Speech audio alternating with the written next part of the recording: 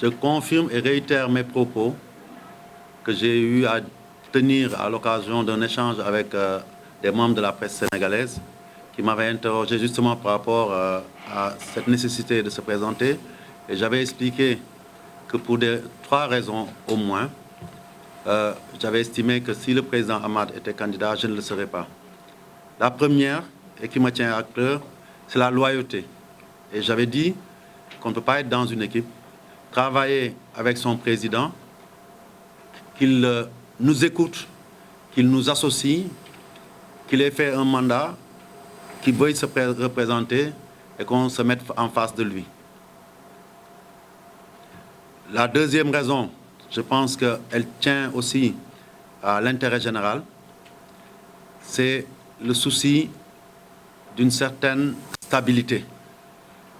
Je pense qu'on s'en est rendu compte. Ces 4 dernières années ont été très difficiles. Il a fallu stabiliser la maison. Aujourd'hui que la CAF est en train de revenir au calme, si le président qui est en place, avec l'équipe en place, peuvent continuer, ça permettrait quelque part vraiment de réaliser le vœu de tous les Africains, puisqu'en réalité, ce n'est pas forcément la personne qui dirige l'instance qui compte, c'est l'équipe qui est derrière elle et surtout le travail qui est fait à l'intérieur. Et c'est pour ça que j'estime que ce point-là était important. La troisième, à mon avis, et qui tient à la deuxième aussi, c'est la continuité. Il ne faut pas oublier que très souvent, on a reproché au président Hayatou sa durabilité à la tête de la CAF. Mais aussi, on s'est rendu compte que c'est ainsi qu'il a pu faire des avancées à la CAF. Et il a pu aujourd'hui que c'est ces raisons-là qui ont fait que j'ai décidé de me présenter. La question de Odile, c'est de dire qu'est-ce qui a changé. Ce qui a changé, je vous l'ai dit dans mon texte, c'est les difficultés que traverse la CAF. Gouverner, c'est intégrer le risque. On le sait, aujourd'hui, il y a une procédure qui est pendante devant la commission d'éthique de la FIFA et qui concerne notre président en activité. Et après échange et concertation, je l'ai dit tout à l'heure, avec les membres du comité exécutif, avec le président Hamad lui-même, il s'est avéré qu'il était nécessaire qu'on prenne le minimum de précautions face à des risques. Si suñu dëkk loolu am solo la maanaam nit bu la joxee kóolute li ngay delloo def naa mooy ngor et booy liggéey ak nit mu responsabiliser la may fàttali ne bi may duggee comité exécutif ba léegi ci diiru benn at nekk avant may dugg sax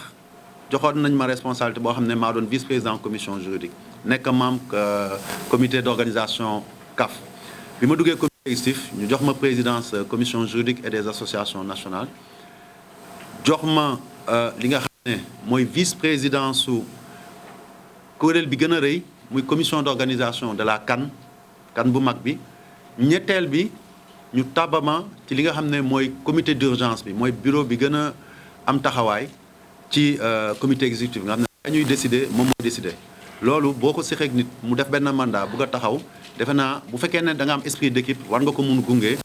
ba mu terminer bu fekkee nag jeexal na nag nga mun na ñëw taxaw xëj na sax bu boobaa moom sax ndax sa ngor dina ne kii mooy ki nga xam ne xalaat naa mën na ma wuutu te defe naa sax naa si dellu xëj na tamit tax na moom ci gis-gisam ak ci gis-gisi ñeneen kat yooyu ma tenir moo dal seen xel ñu ne kii kat ngor la war nañ ko mun wóolu ba tey ñu jiital ko li xew nag ci diggante bi ba ñu changé doxalin mu ngi tënku ci lu gàtt commission d'éthique FIFA moo ubbi li nga xam ne l'enquête la mu jëm ci suñu président ci ay maanaam tuumal ñu ko di def procédure boobu jeexagul xamaguñu nu muy mujjee délai yaa ngi daw mu nekkoon le 12 novembre bi ñu toogee xayma li nga xam ne ci wàllu maanaam yorinu ay kuréel ñu ngi koy ooyee risque bi ñu ne mënuñu jël risque dem ak suñu candidat boobu ëllëg commission éthique CAF génne FIFA génne maanaam benn ndogal teg ko daan moom dootul mun taxaw te kenn dootul mun taxaw si ginnaawam pour mën a assurer maanaam li nga xam ne mooy continuité liggéey bi ñuy def parce que keneen dina jógee ci feneen bokkul sax si monde football bi parce que déposé na candidat le dernier jour le 12 novembre parce que texte CAF noonu la tënkoo c'est-à-dire bu fekkee ne yow kenn yaay candidat kenn du voté dañ lay joxoñ baaraam ne yow yaa falu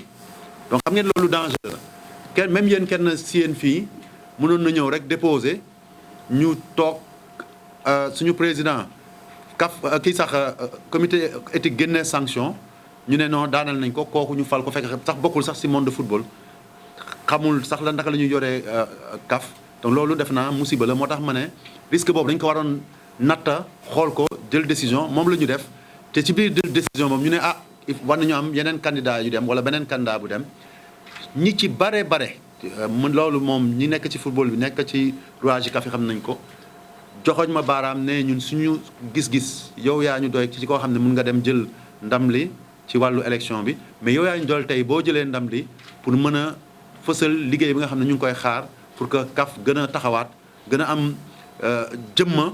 comme yeneen naataango confédération yi nga xam ne ñu ngi ci àdduna si et puis mën a tamit liggéey ak FIFA pour gën a eesal li nga xam ne mooy développement football africain